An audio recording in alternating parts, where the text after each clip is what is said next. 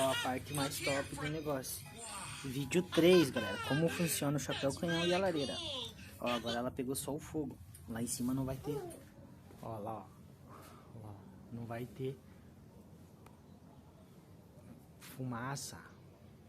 Viu? Diminuiu muito. Nem dá pra ver a fumaça.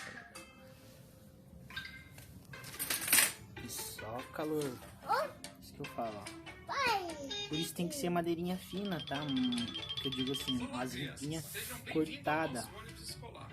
Assim ela vai pegar o fogo antes e não vai ficar fazendo fumaça, entende? E o que eu falei pra vocês, ó. Fogo aqui, ó, queimou as madeiras, parou de ser fumaça. Olha lá o chapéu.